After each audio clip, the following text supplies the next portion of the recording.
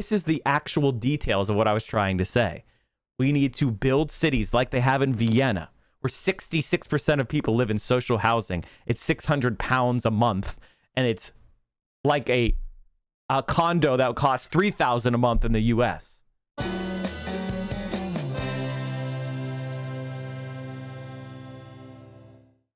right, let's watch this. Does Vienna have the world's best council housing? All right, let's go. Here in Vienna, 2/3 of its citizens live in subsidized social housing. But in the UK, 2/3 of their citizens lived in subsidized social housing. less than 1 in 10 live in a council house. And not only that, the quality and style is simply out of this world. So is this what you think of when you think of council housing? This is Alterlaa, a social housing estate on the outskirts of Vienna. It may look like tough brutalist architecture, but actually it's humane, caring design of the highest order. Oh, wow. We're going to rewatch this whole little part that we watched. We watched a minute. We're just going to watch it again. Indoor as well. They have nurseries, schools and tennis courts all conveniently on site. I can't quite believe this. This is about long-term thinking, allowing people to put down roots, giving them stability. I mean, just imagine if I proposed a high-density council housing estate with loads of swimming pools, indoor and outdoor, clubs, play spaces. I'd be laughed out of town because everybody would say you couldn't do that. With 10,000 residents, Alterlaa has the highest density living in Vienna. But you'd never guess that from the peaceful atmosphere. Monica. Hi. Hi, so nice to see you. Monica pays the equivalent of £600 a month rent for her flat. Back in Harlow, temporary accommodation can give you a quarter of the size for almost the same rent. And with the Viennese having such secure tenancies, there's little temptation to buy. So Monica has no stress of being moved on, which is handy, as her dad Heinz lives in the block next door. How long have you lived here? 40 years. 40 years? 40 years. Amazing. 40 years. Yes. Why is this place so special? Because we have everything here. Everything we need. We have 15 physicians, doctors. We have all the shops. Groceries, drugstores. 4 schools. 4 schools. And you So have your own everything. TV channel? Yes. Is that right? Yes. So if there's any pottery classes tonight, we send it and we inform the people, yeah, okay, tonight is pottery class. That's so cool. It feels to me like it's an amazing hotel. It is. A 5-star hotel. The swimming pool is always cleaned. It's always ready to use. The sauna is always ready to use. I would live here in a second, in a heartbeat. In Britain, we have a kind of negative stigma around council housing, government housing. Do you have that here? What is the difference if I own this flat or if I rent this flat? Tell it to me. What is the difference? Why should I buy this flat? Why? The difference in the UK is that people don't feel stable. They feel like they could get moved on and moved on and moved on by landlords. Do you feel like you have stability here, renting? Absolutely. It's the political system. If they disturb this kind of stability, they wouldn't be the leader of this country anymore. That's the difference. Just like us, Vienna started building social housing 100 years ago. But unlike the UK, it never stopped. Austria has a higher rate of tax than the UK, but its social care is one of the best in the world.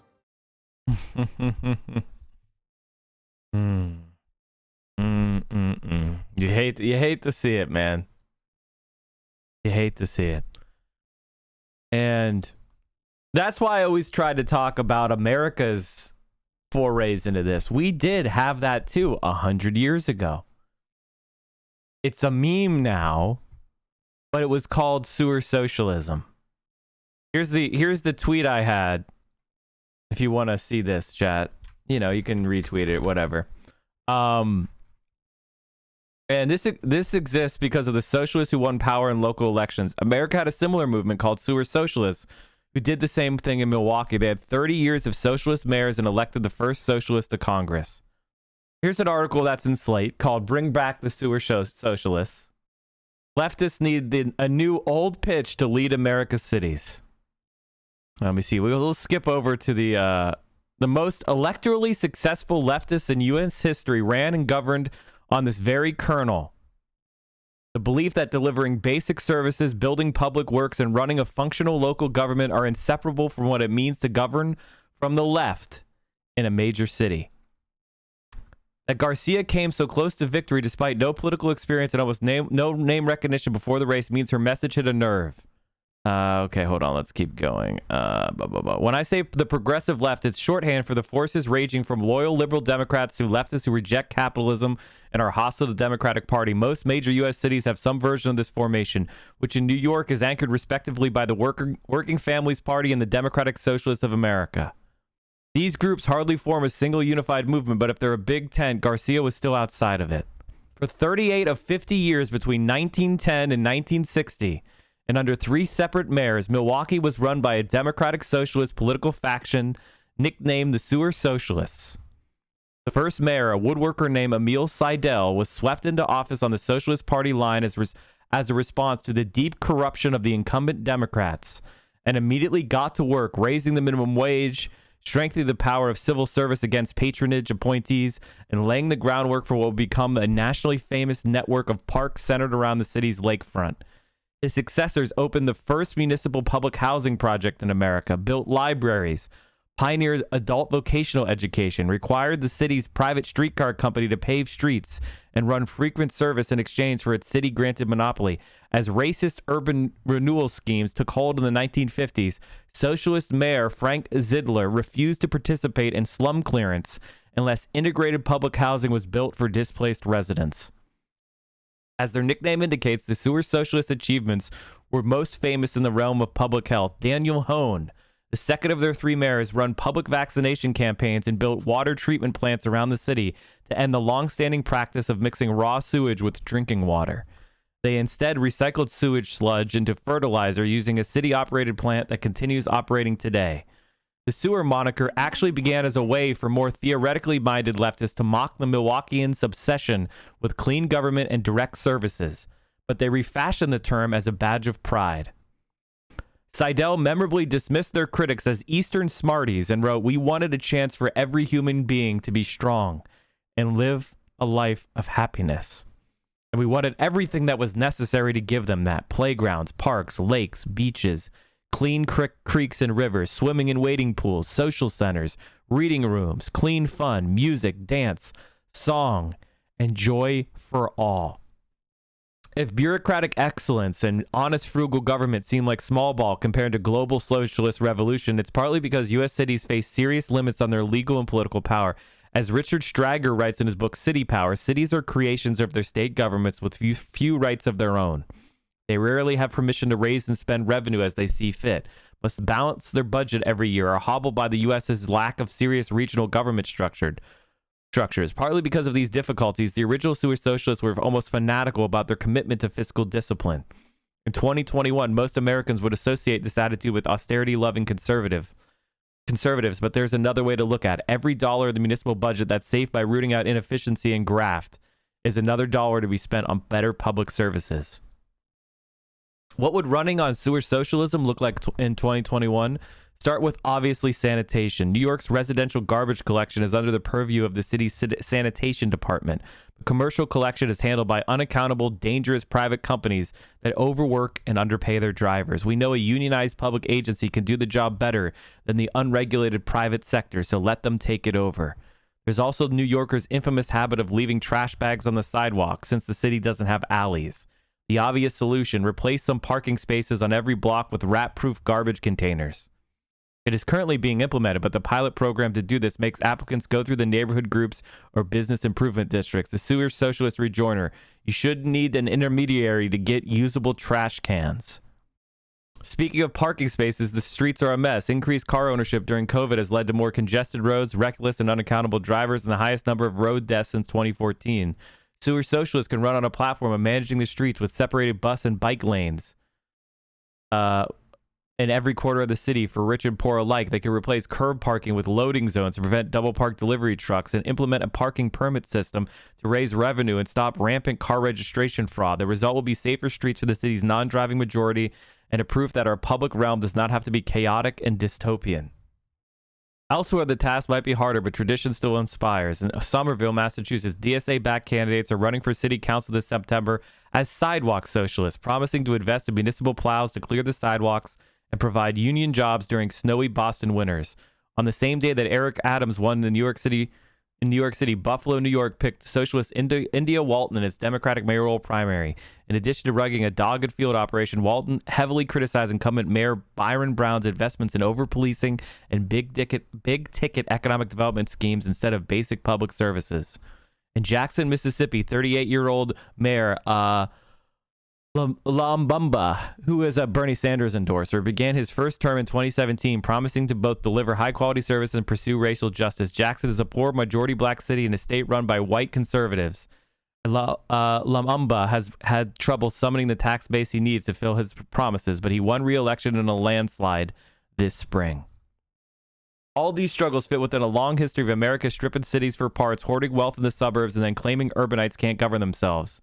That process has accelerated since the 70s as U.S. cities have embraced private sector-driven solutions to what we might normally think of as being in the realm of the state or public resources. This is exactly what I was talking about when I talked with Vaush, by the way. I think this is obvious. If you're reading this article and you remember the stupid conversation I had with Vaush and he was saying why we had to support neoliberals because they are the only ones with solutions, I was trying to explain this. But he kept talking over and interrupting me because his entire plan is to attack every other leftist so he can be the biggest one. Pathetic. But this is the actual details of what I was trying to say. We need to build cities like they have in Vienna, where 66% of people live in social housing. It's £600 a month, and it's like a condo that would cost $3,000 a month in the U.S. We need to actually not allow the wealth to be drained out of the community and put into the suburbs.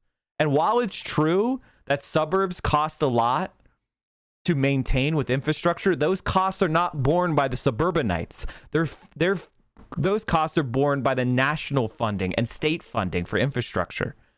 So on the local level, those suburbanites pay less taxes and don't actually support their own areas. We should annex those suburban areas and create regional governments. This is something that I also tried to talk about, but again, you have to know what you're talking about in order to discuss policy with people. I pay $1,200 for a studio. Yeah. Tax cuts for corporations is greater than sewer socialism. Yeah. I mean, that was the thing I was trying to say. And this is exactly what we're talking about. These public sector driven solutions, the tax breaks, the TIFs. That's why I brought up TIFs, because that is a way of, that's a neoliberal policy. If you cut taxes on developers so they don't have to pay taxes for when they improve an area, and so the area ends up undermining their own tax base, and the profits go into the hands of few developers. You get massive income inequality. The state government goes in the red, or the local government goes in the red because they don't have a tax base to support the new development that's putting more strain on the resources. This is stuff that if you study municipal government, you know about. So I brought up TIFs. I brought up sewer socialism because I'm trying to educate people. And this is exactly the process we're talking about.